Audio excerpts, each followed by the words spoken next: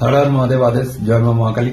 আগামী 28 নভেম্বর থেকে শনি retrograde motion থেকে ডাইরেক্ট মোশনে চলে যাচ্ছে এবং ডাইরেক্ট মোশনে যাওয়ার জন্য আমি 3টে রাশি আমি বলে দিয়েছি, 6টা রাশির খুব শুভ ফল যাবে।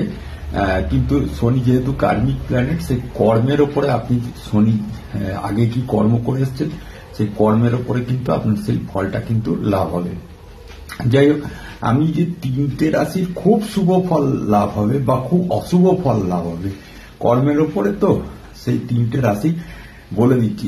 বিশেষ করে যারা বিভিন্ন রকম কাজে এফোর্ট দিচ্ছিলেন, কিন্তু সেই এফোর্টটা দেওয়া সত্ত্বেও আপনারা কিন্তু কাজটা সাকসেস হচ্ছিল না, 1 নম্বর। দ্বিতীয় নম্বর হচ্ছে যে যারা বিশেষ করে আমি এইটা বলছি সেই 3টে রাশির জন্য, এই 3টে রাশি জাতক জাতিকারা যদি কোনো কোর্ট কাচারি মামলা মোকদ্দমায় ফেঁসে গিয়ে থাকেন, সেই ফেঁসে যাওয়ার হাত থেকে কিন্তু মানে মুক্তি পেয়ে যাবেন, মানে কোর্ট থেকে আপনারা মুক্তি পাবেন এবং কোর্ট থেকে আপনারা জিতে আসবেন সেই মামলাটা। কারণ শনি কিন্তু মামলায় জড়িয়ে দেয়, আবার শনি কিন্তু মামলার থেকে মুক্তি দেয়।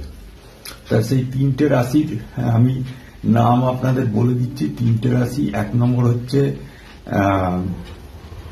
মকর রাশি, হ্যাঁ।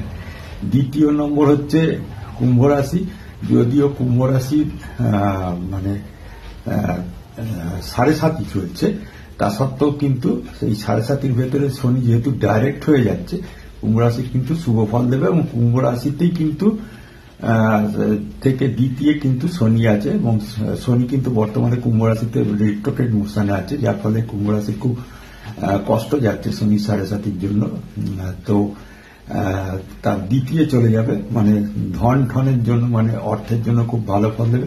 আর আরেকটা রাশি হচ্ছে, সেটা হচ্ছে কন্যা রাশি। কন্যা রাশির ক্ষেত্রেও কিন্তু আমি যে বললাম যে কোর্ট কাচারি মামলা মোকদ্দমা নানা রকম ভাবে ফেসে আছে এবং যে কাজ আপনারা এফোর্ট দিচ্ছিলেন সেই কাজ আপনারা ঠিক করতে পারছিলেন না, এবং এটা কি করে এফোর্ট দেবে, মানে মানে আপনার শুভ ফল দেবে, সেটা দেখুন আপনার সমসপ্তমে কিন্তু শনি চলে যাচ্ছে। কিন্তু আপনার সবচেয়ে বড় কথা হচ্ছে এই সময় কন্যা রাশির জাতক জাতিকাদের যাদের বিয়ে হয়নি তাদের কিন্তু শনি বিয়ে দেয় না, কিন্তু কিন্তু এইখানে আপনাদের বিয়ে থাও দিয়ে যাবে, এটুকুনি আমি বলে দিতে পারি।